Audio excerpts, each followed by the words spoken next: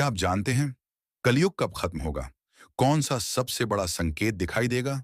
और वो कौन सी घटना है जिसके बाद इंसानियत का अस्तित्व ही खतरे में पड़ जाएगा? आज की यह कहानी केवल कहानी नहीं, बल्कि आखिरी चेतावनी है। अगर आपने इसे अंत तक नहीं सुना, तो शायद आप कलयुग के सबसे खौफनाक सच को कभी समझ ही नहीं पाएंगे। एक युवा शोधकर्ता था, आरव। उसका शौक था प्राचीन ग्रंथों का अध्ययन। एक दिन उसे एक पुरानी हवेली में कलयुग संहिता नाम की किताब मिलती है। किताब के पन्ने खून जैसे लाल थे और उस पर लिखा था, जो भी यह किताब पढ़ेगा वह कलयुग का भविष्य देखेगा, पर शायद बच नहीं पाएगा। आरव ने किताब को खोला। पहला वाक्य था, कलयुग का प्रथम संकेत, मनुष्य का दिल पत्थर हो जाएगा।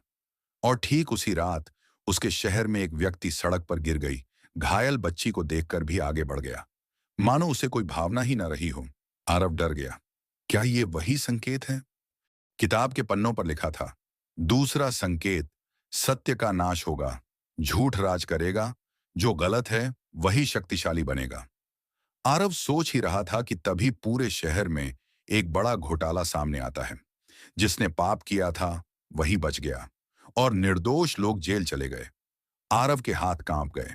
रात को आरव घर जा रहा था। अचानक बिजली गुल हो गई। पूरा इलाका अंधेरे में डूब गया। किताब का तीसरा पन्ना अपने आप खुला।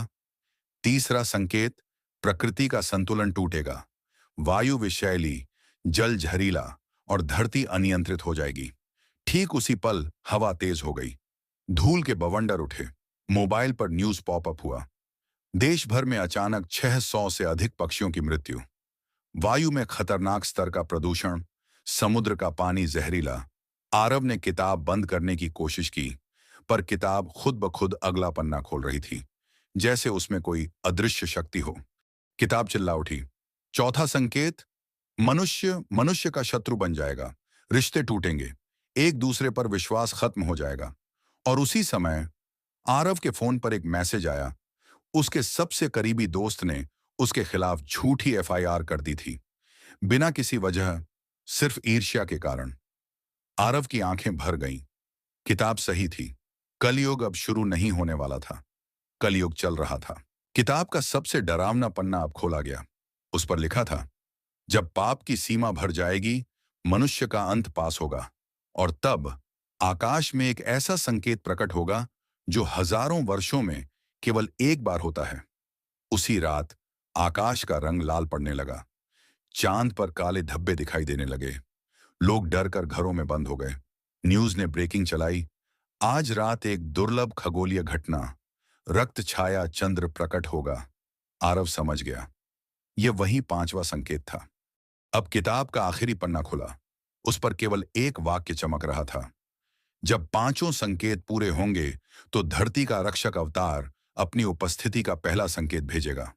आरव ने कांप कर पूछा, कौन सा संकेत? किताब के पन्ने जलने लगे। धुएं से एक आवाज आई, घोड़े की टापों की आवाज, बिजली की गड़गड़ाहट और आकाश में सफेद प्रकाश। तभी पूरा शहर हिल गया। दूर पहाड़ों की तरफ से घोड़े की टप टप टप जैसे कोई आ रहा हो।